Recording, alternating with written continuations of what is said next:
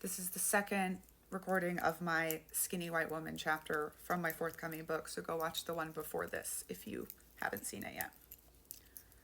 If you ask the skinny white woman, she would tell you she has real power, and often she truly believes she does. Sarah Edmondson, one of the women who initially reported NXIVM as a cult to the New York Times, says, "We didn't know that Keith had created a dangerous psychological hierarchy among us, that he didn't think of us as the principal leaders of his company, that instead he thought of us as the most devout followers of his cult." While the scope and details in the world of business and politics are different than in cults like NXIVM, the pattern is the same. The civilizing effect that the white woman confers by her very existence is ultimately used against her and others by those at the top, really pulling the strings. As white women lean in and conquer the corner office, Kyla Schuler tells us that their duty is in fact to redeem capitalism itself, turning cutthroat companies like Google into the kinds of places with pregnancy parking spots. There's even a famous story of how Zuckerberg anointed former Meta Facebook COO Sheryl Sandberg by issuing an edict to the company: everyone should have a crush on Sheryl.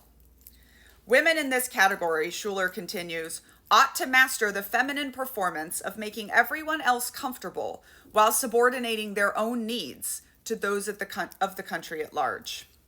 Smiling your way through outlandish sexism plays the long game. By not rocking the boat can become yours. Elizabeth Holmes, disgraced founder and CEO of biotech startup Theranos, is a perfect example of a woman who seemed to make the boat her own by transcending gender and making it to the top of the man's world of Silicon Valley.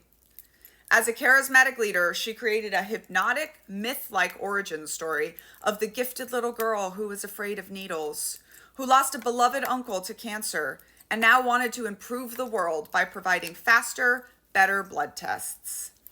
In the height of her status as Wall Street golden child, she was feted as a biomedical version of Steve Jobs or Bill Gates, a wonderkind college dropout who would make blood testing as convenient as the iPhone. Holmes fully stepped into the charismatic leader role, dressing in black turtlenecks like her idol, Steve Jobs, and preaching that the Theranos device was the most important thing humanity has ever built. Biographer and journalist John Carreyrou deliberately compared Holmes to a cult leader in his book Bad Blood: Secrets and Lies in a Silicon Valley Startup, describing how she surrounded herself with directors who displayed a fawning devotion, in effect becoming cheerleaders rather than overseers. But if we look a little closer, we'll see that Holmes had a double role. Not only was she the charismatic leader of Theranos, she was also, in many ways, acting as her own skinny white woman. Investors would admit in hindsight that they overlooked any potential red flags because of her looks and connections to famous and white ancestors.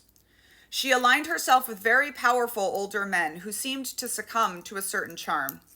And those powerful men could influence people in the government.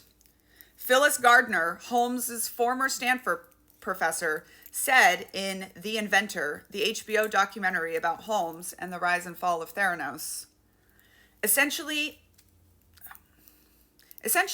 many people trusted and were duped by her because she was a woman.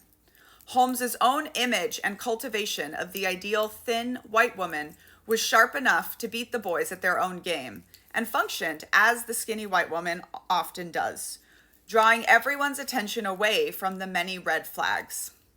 I learned from my own experience in the US Army, fighting hard to play the boys' game and becoming one of the first Army women to be on an integrated, deliberate ground combat team. You can read about that in my book, Uncultured, signed copies attached here.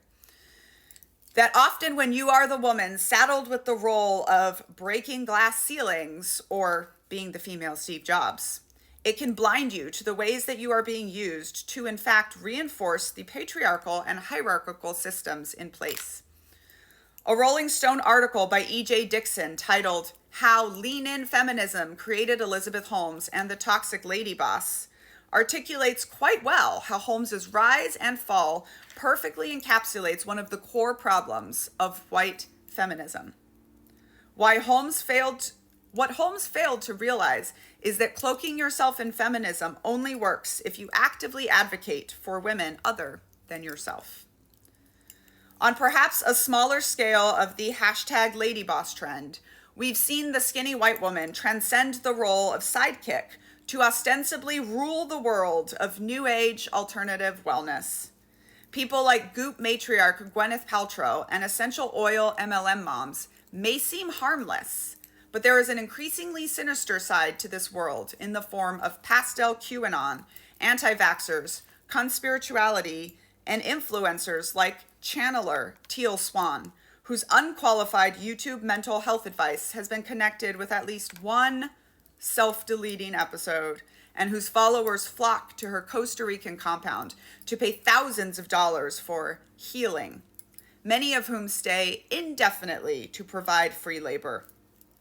Often, primarily online, these thought leaders find ways to monetize the suffering of trauma, illness, and parenting children with special needs. Vaccines cause autism, you know. Exploiting the often legitimate distrust people have of America's capitalistic and misogynistic healthcare system, and promising the soulful, nurturing, and intuitive alternative women like holistic psychologist Kelly Brogan and Dr. Christine Northrup, former women's health expert, best-selling author, and guest on Oprah, seized upon the vulnerability of their followers to promote anti-vax conspiracy theories, all while peddling their spiritual coaching and nutritional supplement businesses. Both women made it onto the Center for Countering Digital Hate's 2021 Disinformation Dozen list, which includes the top 12 social media influencers responsible for up to 65% of COVID misinformation and vaccine hoaxes on the internet. When we look deeper into the concept of the skinny white woman, it stood out to us that there are three subtypes of the skinny white woman trope that we often see played out in our culture. And there's an author's note. I, Daniela, wrote a lot of this book on the basis of my own lived experience and my own education and research into the topic of cults, extreme groups, and extremely bad leaders. When I use the term I'm referring to myself. But I didn't set out to write this book about groups alone, and must give so much credit to my co-author, Amy Reed, for being part of this writing team, for stress testing the ideas, contributing many of her own, and making it all sound so much better. When we use the term we are referring to concepts that we shaped together as we wrote this book in collaboration. She is actually no longer the co-writer. She is now the editor, full-time editor. Oh, I'm just realizing that I've screwed this up. First up, we have the vacuous, pretty sidekick, whose job it is to make the leader's message palatable, schmexy, and alluring. Often they are sweet and nice and non-confrontational. In the case of so many pastors' wives, Michelle Duggar, Allison Mack, and all those Nexium girls, and Ghislaine Maxwell, serving to soften the hard edges of their men. Sometimes they are just beautiful and voiceless arm candy, like Melania Trump, their mere presence proving the masculinity and virility of their man.